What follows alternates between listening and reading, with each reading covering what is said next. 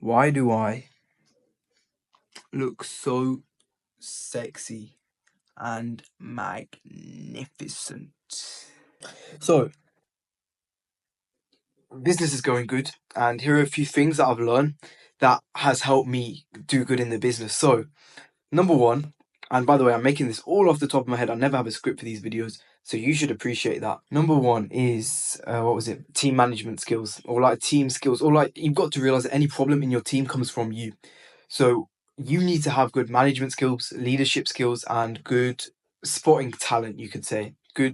You need to be a good spotter of talent. So management skills comes from like, you giving good instructions, giving the full instructions. Obviously, your editor should have common sense. Your editors or your virtual assistant should have common sense, but you can't expect them to know everything. Because you know what I used to do? I used to hire editors, give them projects, not give them enough instructions, and then just slate them. Honestly, I just insult them at that point. Like honestly, it was degrading at that point.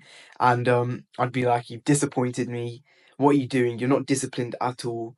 You're not putting in effort." And realistically, they didn't have enough instructions. So then after a while I realized it was my fault. I'd always be haggling with editors. I'd always be trying to get them to be get lower prices. And then eventually I realized that it was all bad management skills. I need to manage the client and the editor. I need to make the client pay me what I want. I need to let the editor have what he wants. I need to give him all the instructions. I need to give him everything so he can do a good job. And then I need to have good leadership skills to motivate them and to make them want to do good and to make their personal satisfaction linked to the result they get, because that's what's going to benefit me. When they feel good working for me, that's when I get better results. And I can give it to my client, and my client will pay me more, give me referrals, blah, blah, blah. Then, third thing is also spotting good talent. Some people just actually aren't good. They're lazy, they want to get money, and you have to let them off politely because they can do bad things. They could tag you on the story, they could tag your client, say, "Oh, yeah, I was the editor, he stole from me, blah, blah, blah." So you got to let them off the politely, but you've got to treat the good editors well, and you need to build a long-term relationship. So that was one thing. Second thing I realized is, from scaling my business, second thing I realized is it's all about outreach. Now that I've been doing around 3 outreaches consistently, so I've been reaching out to 3 new people every day with like a free script or whatever, and I've been contacting them on every platform. It's crazy. One of them even replied saying, "This is ridiculous. You've messaged me on every platform." I'll put a screenshot up now. But all I've been doing is 3 outreaches every day, and it's compounded so heavily. I did not even expect it. Like I think I'm on like 20 responses now. I only started in November. Do you remember okay, if you're not subscribed already, just subscribe. Check out my past content. I remember I pivoted to YouTube only halfway through November because I remember I was stuck doing short form content, loads of videos pumping out. It's a lot of revisions, and I was stuck at like 3 or 4 clients, and it wasn't very nice. But now that I've pivoted to YouTube, I can easily get more videos pumping out and at higher profit as well. So it's only been a month, maybe a month and a half, and I'm already getting 20, 30 responses, which is a lot. Maybe 10 of them will close, or 5 to 10 of them will close, which is a lot. So that was the second thing: more outreach, more volume, everything. Third thing is that I've started outreaching from my personal account. So I do have a work account, but it's kind of like I post some shitty content, like me holding up the phone. But my personal account is just pictures of me where I look good, and that also builds trust. And I've been getting more responses to personal account. So I guess you could say this is all about testing.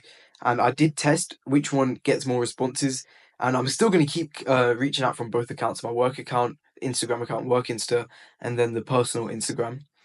But it's all about me taking that risk and not being afraid to fail at the test, because obviously the test involves more effort. And if I was scared to take that, if I was scared to put in more effort, I would never have realized that my personal Instagram might be getting more responses than my work Instagram. Another thing I've learned when I've been like in the past 2 weeks just been scaling the business is that everything was my fault in terms of time management, because I felt like, oh yeah, I can't do this because of school, I can't do this because of school. But then I realized, like, when I can manage my time properly, everything on the task list gets done. I remember a year ago I used to think getting the whole task list done was hard. Now it's pretty easy and I still have free time. That's why recently I have started scrolling a little bit, not too much, but I do like 10 minutes a day, which is, you got to realize, before I never scrolled, like before ever, like obviously when I was younger, but when I'm talking about 14, 15, I never scrolled. And then recently I've started scrolling again, which made me feel like I wasn't locked in. But then I've got to realize that the same work is getting done. But now I think I need to get to a new level where like Elon Musk is, where he doesn't actually no now he does, but like when he was completely locked in, he didn't waste time. Every second he squeezed every second for everything he got. Now I think like he scrolls Twitter. He posted that recently. He's like, oh yeah, I'm on the toilet scrolling Twitter for half an hour. That's fine because he's super rich. But I think if I wanted to lock in further, I've got to be happy that I'm finishing the whole task list, but I need to increase it so I'm always getting better. To be honest, that's everything I've learned from scaling the business in the past 2 weeks. But obviously, I'll keep making videos like this. I hope this helps. Like, if you've got a business, implement this stuff, with your team.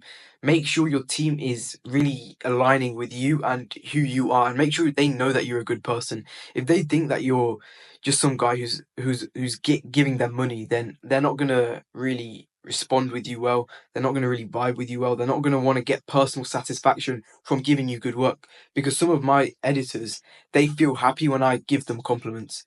They feel like they feel like they're a good person. They feel satisfied when I've said, oh my God, the work recently has been amazing. That's the level you need to get with your team.